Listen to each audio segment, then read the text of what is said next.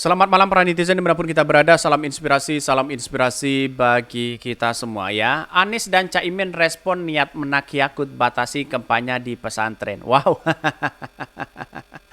ada apa begitu kan ya kok seperti ini begitu ya. Saya lihat begini ya, Semenak Yakut ya boleh-boleh aja berasumsi seperti itu begitu, tapi kan harus sama begitu kan. Bagaimana dengan yang lain? Gus Miftah aja nggak ditegur begitu kan ketika membandingkan ya NU dan PKS mereka begitu, apalagi menyebutkan nama Prabowo begitu kan.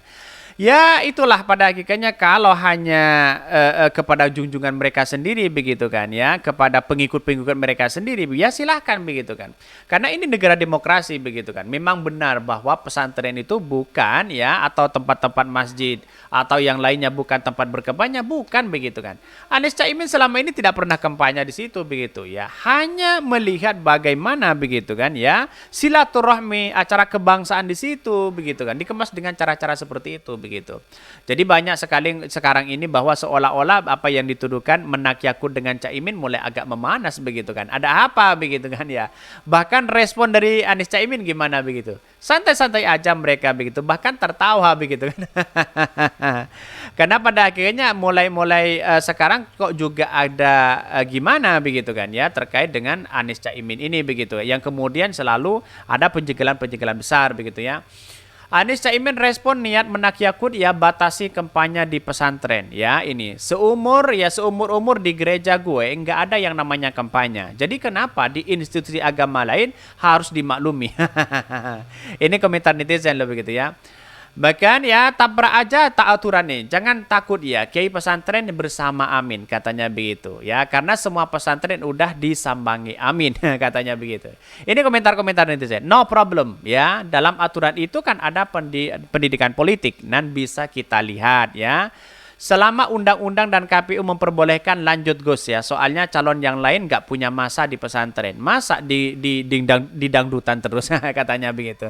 Ini komentar-komentar netizen lo begitu kan. Ya, artinya apa?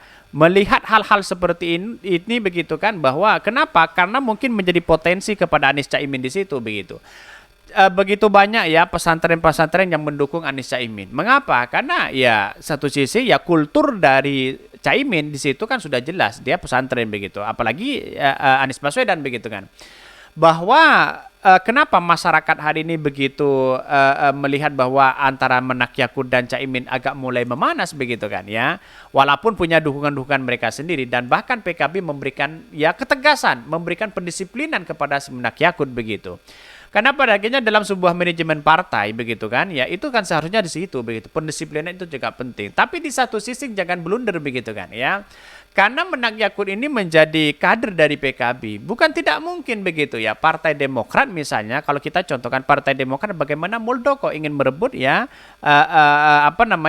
Demokrat begitu. Itu kan juga berhati-hati juga begitu kan. Untunglah mereka bukan kader begitu. Nah, kan begitu logikanya begitu. Bisa saja PKB seperti itu begitu ya, nasibnya begitu.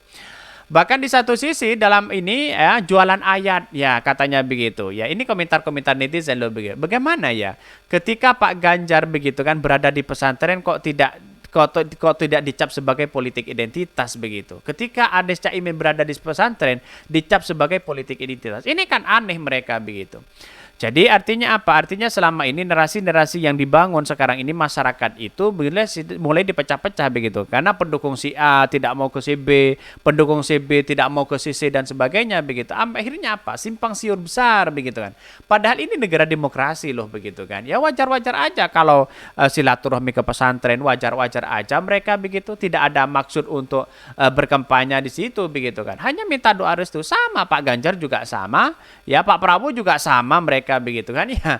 Ngapain yang harus kita perdebatkan? Kenapa sih pendukung-pendukung di luar sana begitu, baik pendukung Pak Ganjar dan Prabowo selalu mengkritik Anies Baswedan begitu ya, selalu mengkritik relawan-relawan mereka begitu.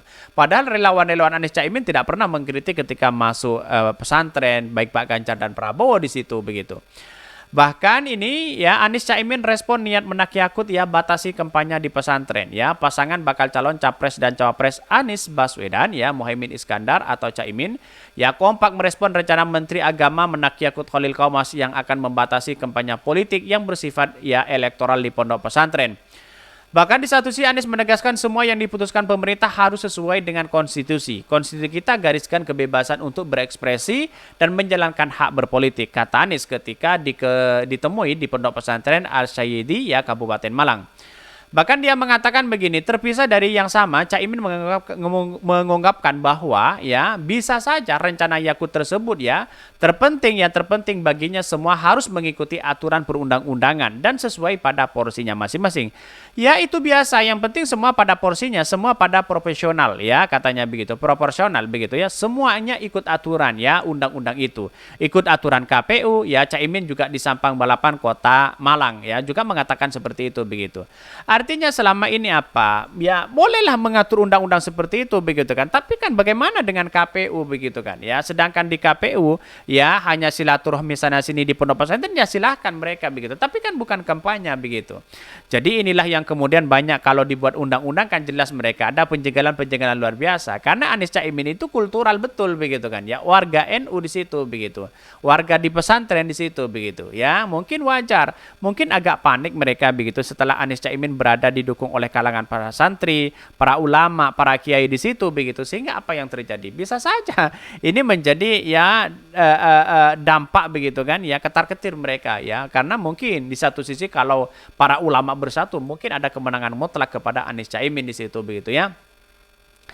Bahkan sebelumnya Yakut memiliki rencana untuk menerbitkan aturan yang membatasi kegiatan kampanye elektoral di pondok pesantren dan lembaga pendidikan di lain ya di bawah Kemenak.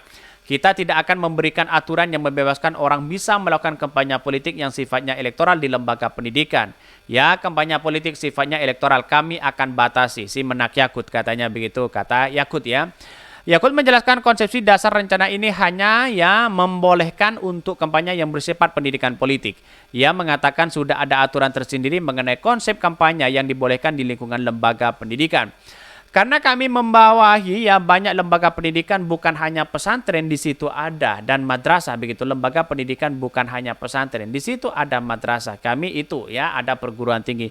Ya silakan sebenarnya membuat aturan itu, tapi kan harus sama semuanya begitu. Tidak boleh melakukan itu begitu.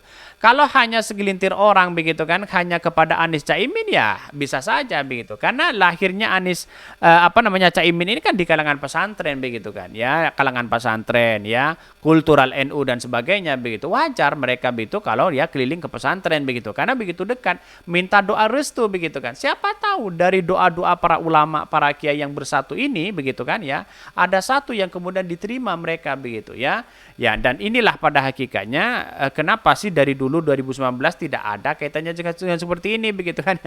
Kok cuma sekarang ini ada apa begitu, wallahualam ya.